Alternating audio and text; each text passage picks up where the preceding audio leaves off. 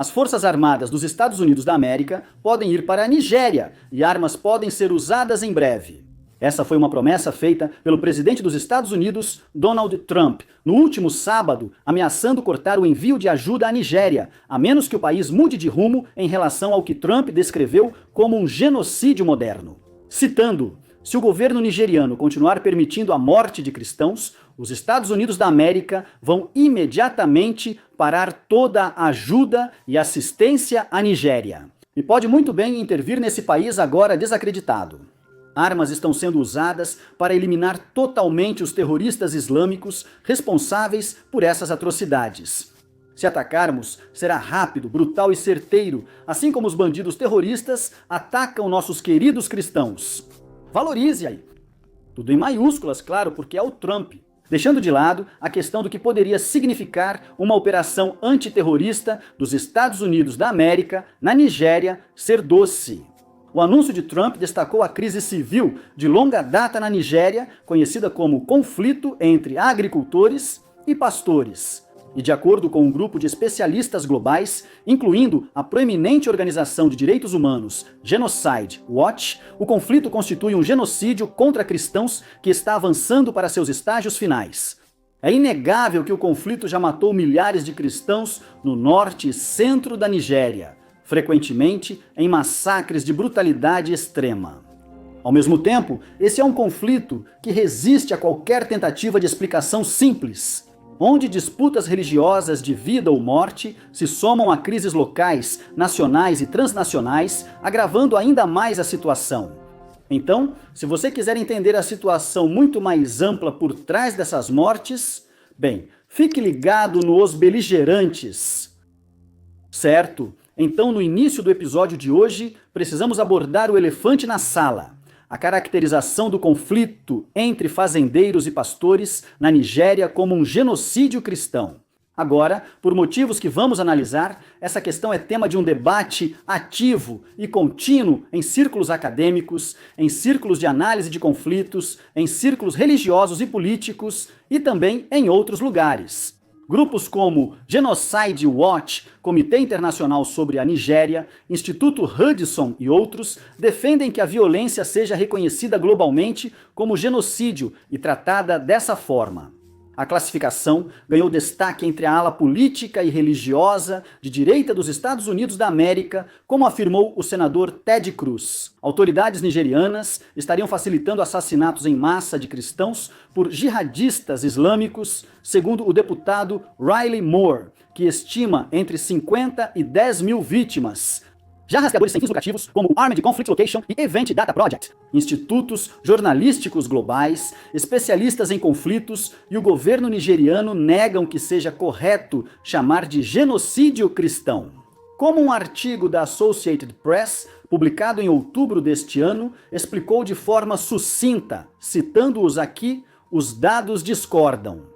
Estamos na linha de frente da guerra, mas sem participação direta. Como sempre, nossa cobertura depende da nossa preocupação com os civis inocentes, especialmente as crianças presas no meio de conflitos dos quais nunca quiseram fazer parte.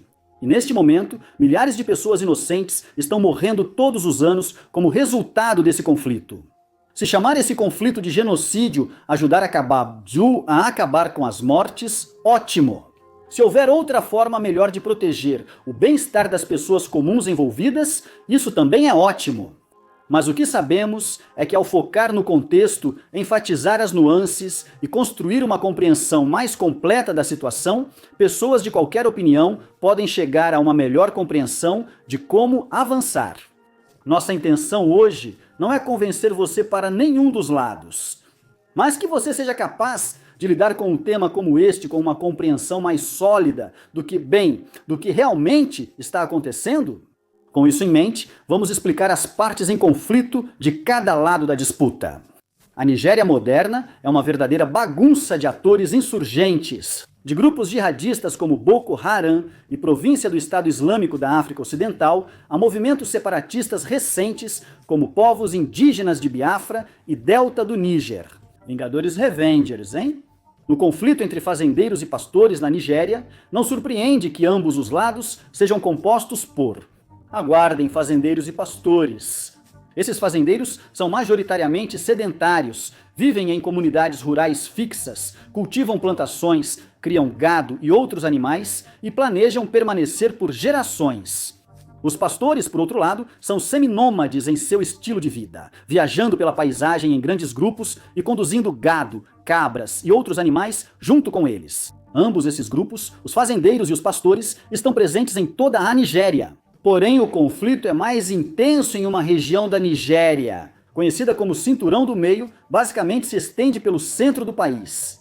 Essa área é muito diversa etnicamente e linguisticamente, com populações predominantemente cristãs se concentrando mais ao sul e populações predominantemente muçulmanas se concentrando mais ao norte.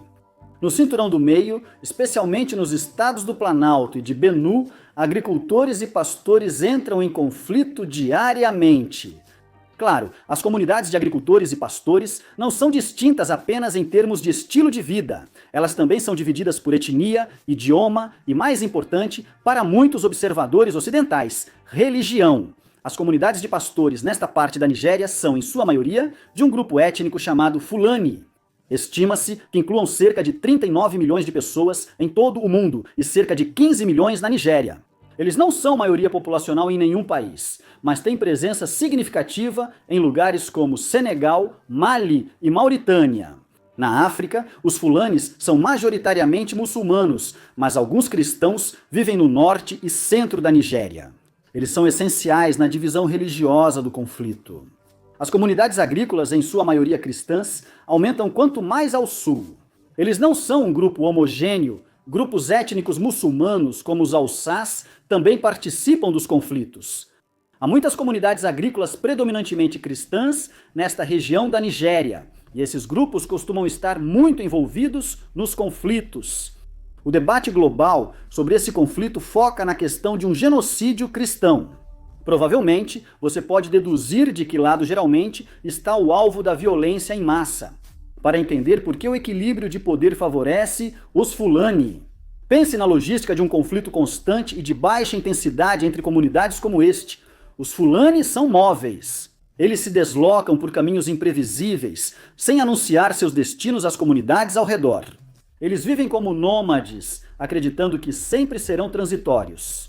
As comunidades agrícolas, por outro lado, são alvos fáceis porque estão presas às suas terras. Elas não poderiam se mudar para outro lugar, mesmo que quisessem. Elas não têm recursos para patrulhar, reconhecer ou monitorar regularmente os grupos Fulani em sua região. Eles podem, e muitas vezes vão, organizar milícias locais para a autodefesa. Geralmente, são os pastores desse conflito que escolhem onde, quando e como ocorrem os confrontos violentos.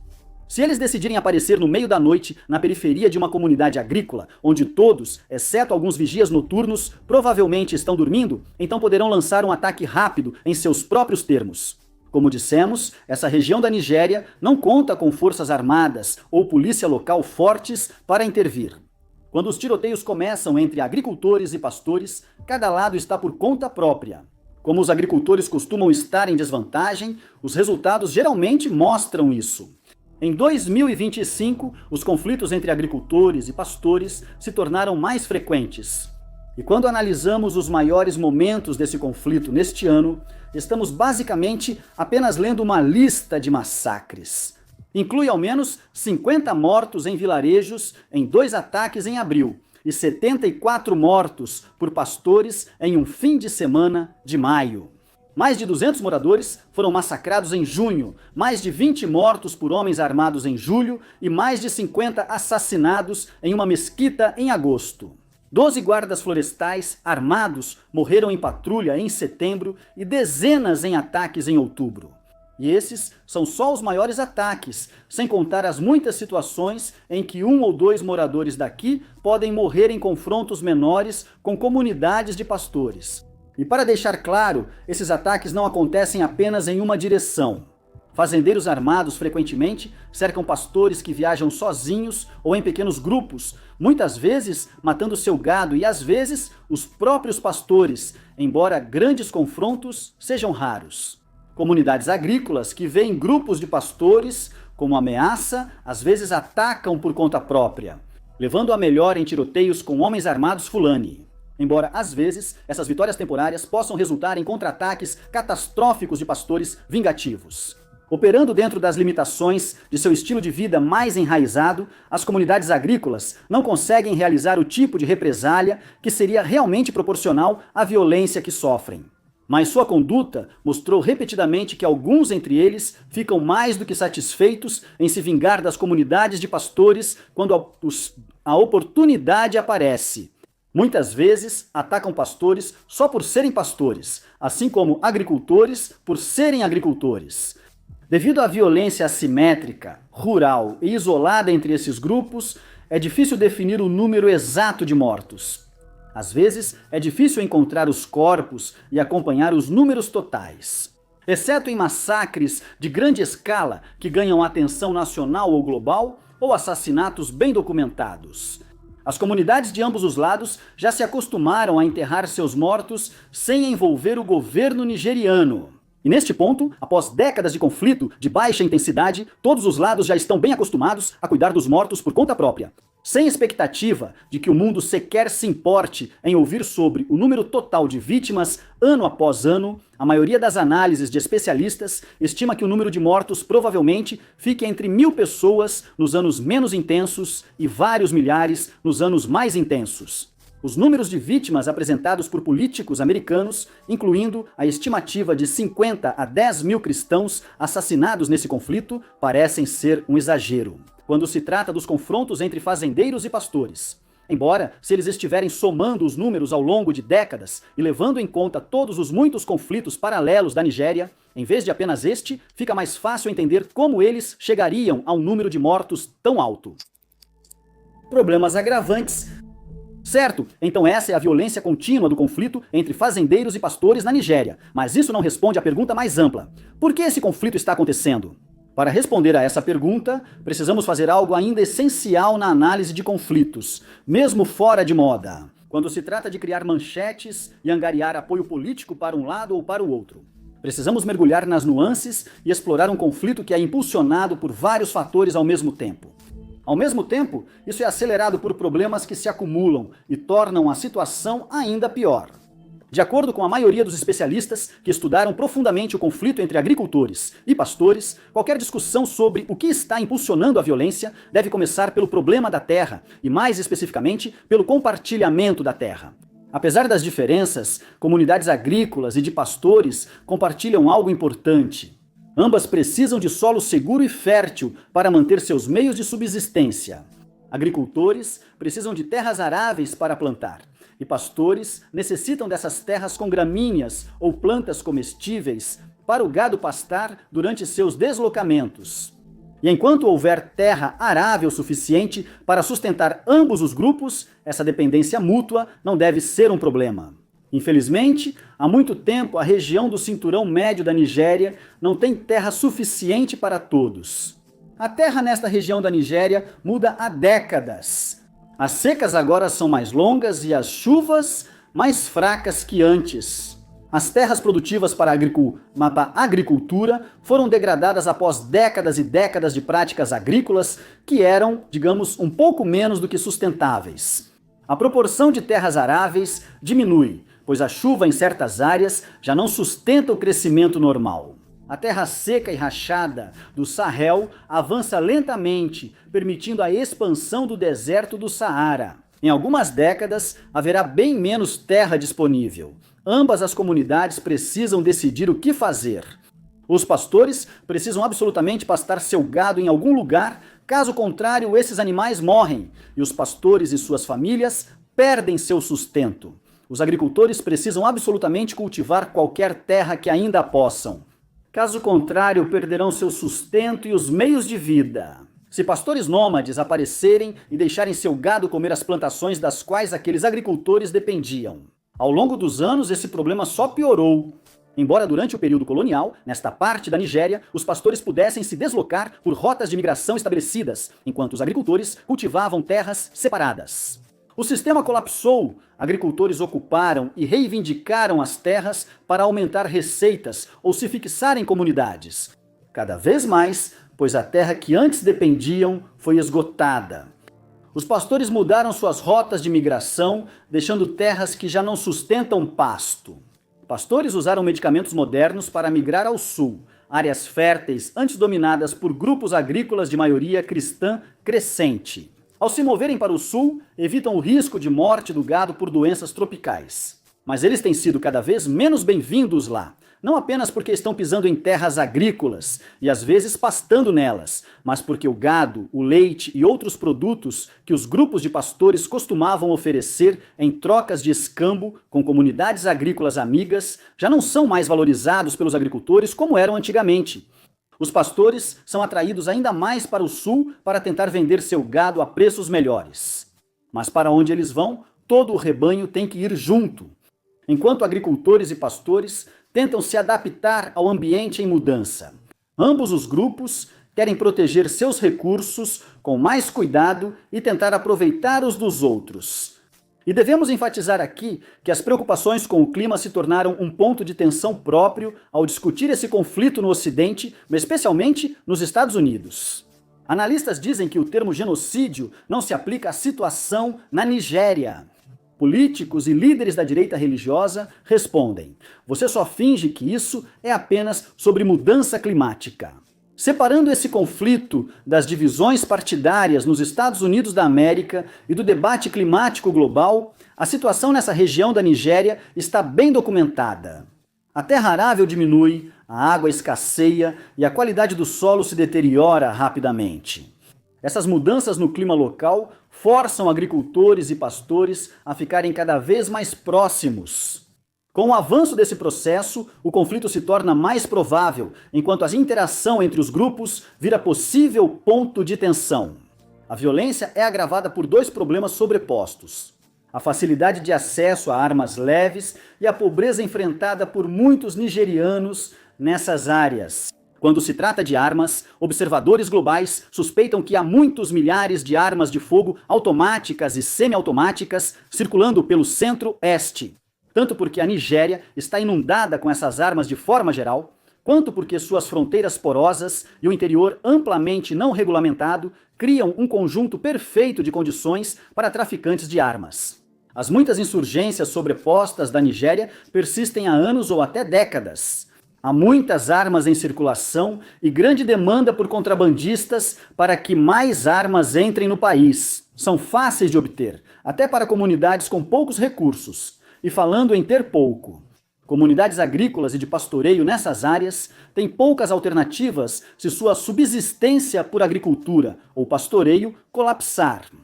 Poucos têm acesso à educação avançada ou privada e outras oportunidades são raras. E se as pessoas quisessem melhorar suas perspectivas, de alguma forma, teriam que se afastar de suas comunidades e correr um grande risco, nas cidades do país e fora dele.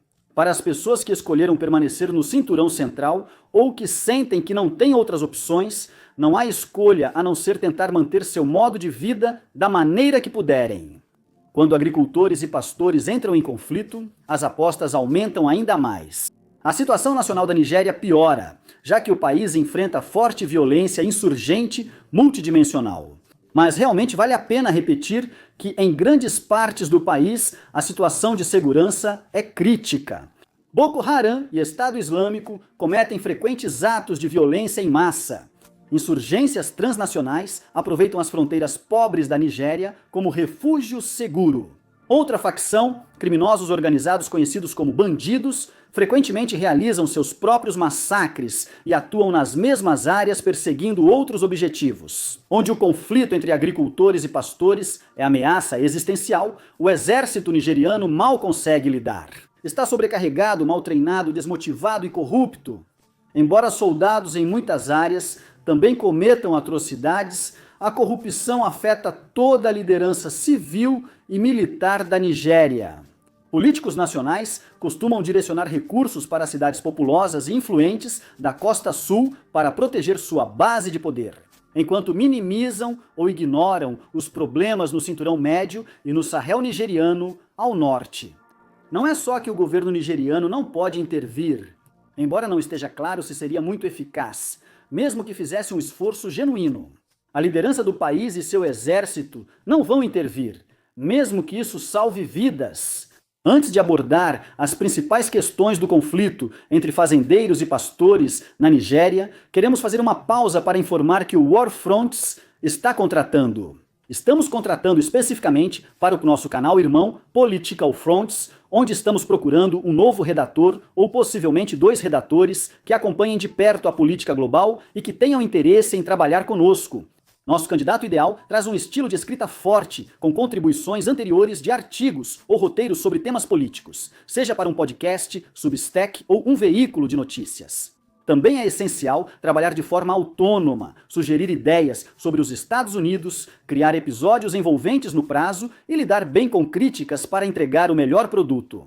Candidatos que abordam interesses econômicos, lobby, corrupção, diplomacia e forças ocultas que moldam o mundo ganham pontos extras. Se isso parece com você e gostaria de se candidatar para trabalhar conosco, confira o link na descrição do episódio para mais informações sobre como entrar em contato.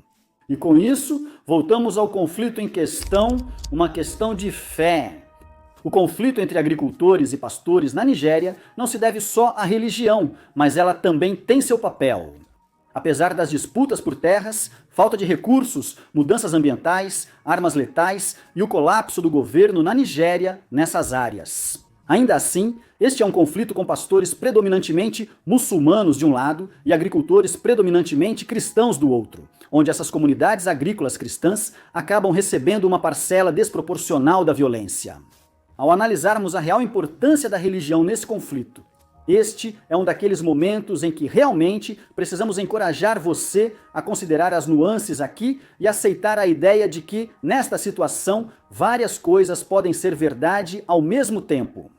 Vamos focar nos argumentos dos analistas que dizem que não é um conflito religioso nem genocídio contra cristãos.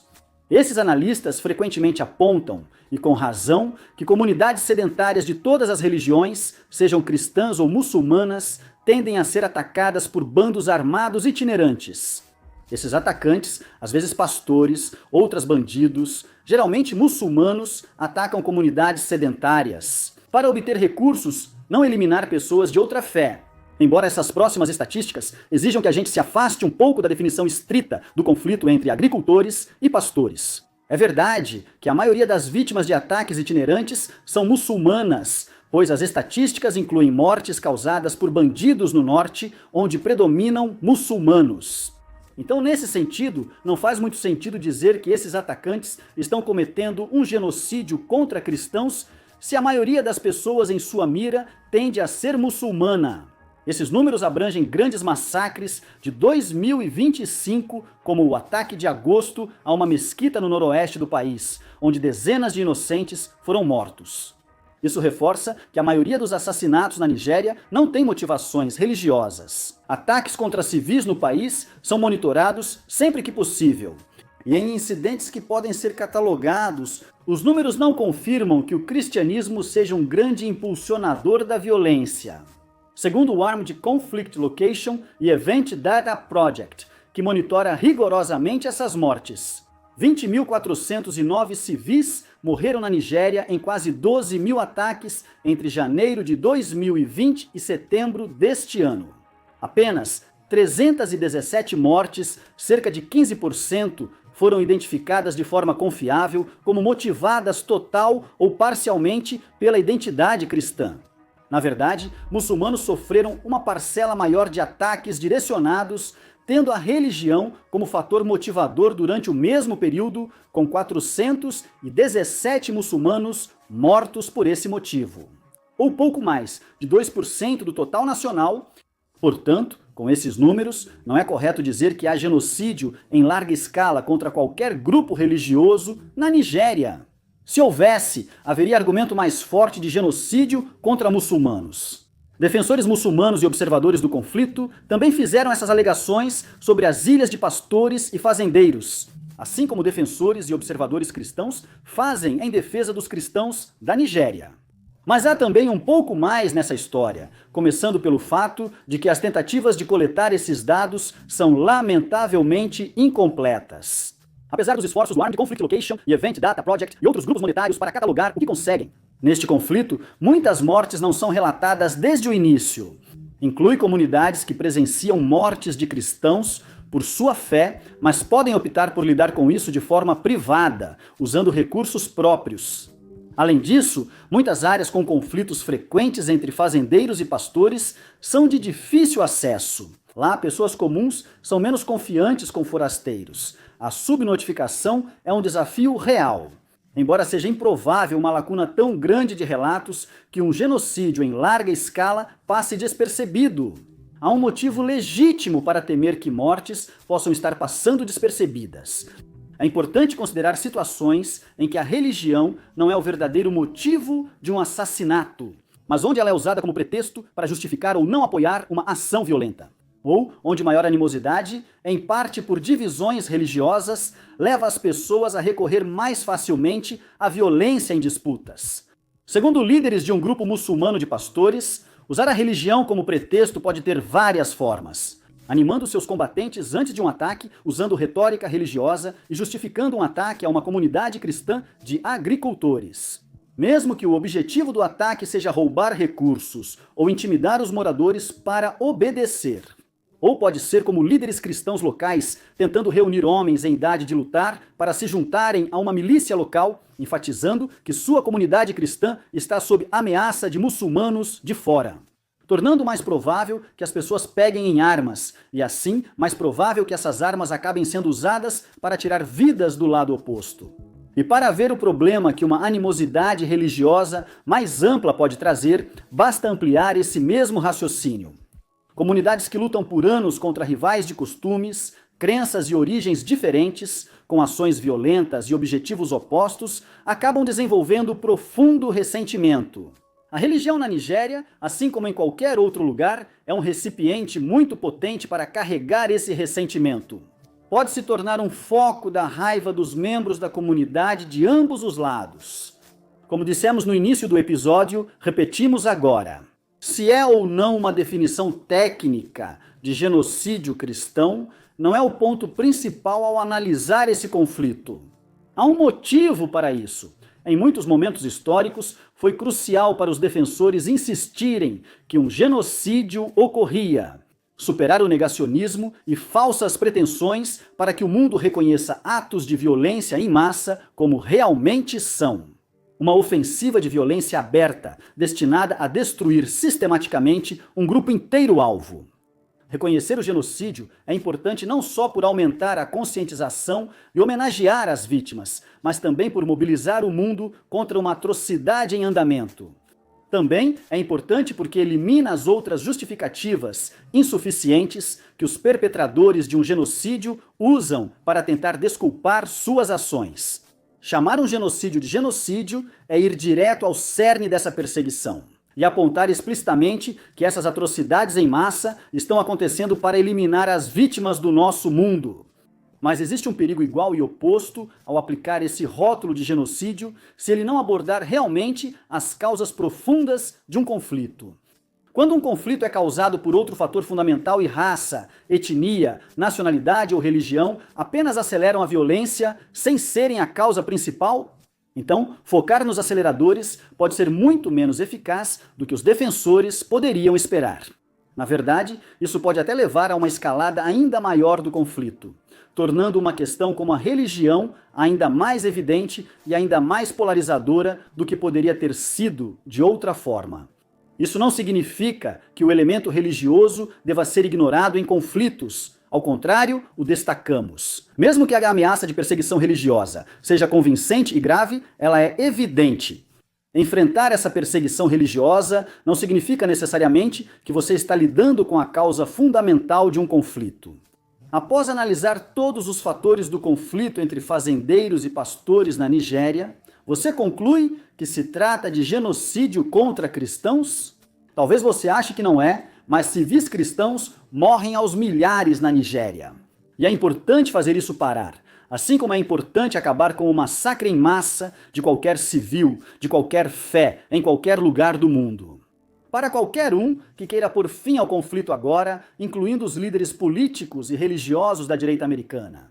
A verdadeira questão a se fazer é se eles vão trazer a paz de forma mais eficaz, focando na perseguição religiosa aos cristãos ou focando em outras divisões sistemáticas na região central da Nigéria, ou fazendo ambos ao mesmo tempo? A resposta certa é aquela que faz as mortes pararem. Então vamos torcer para que alguém consiga descobrir como alcançar isso. Obrigado por assistir.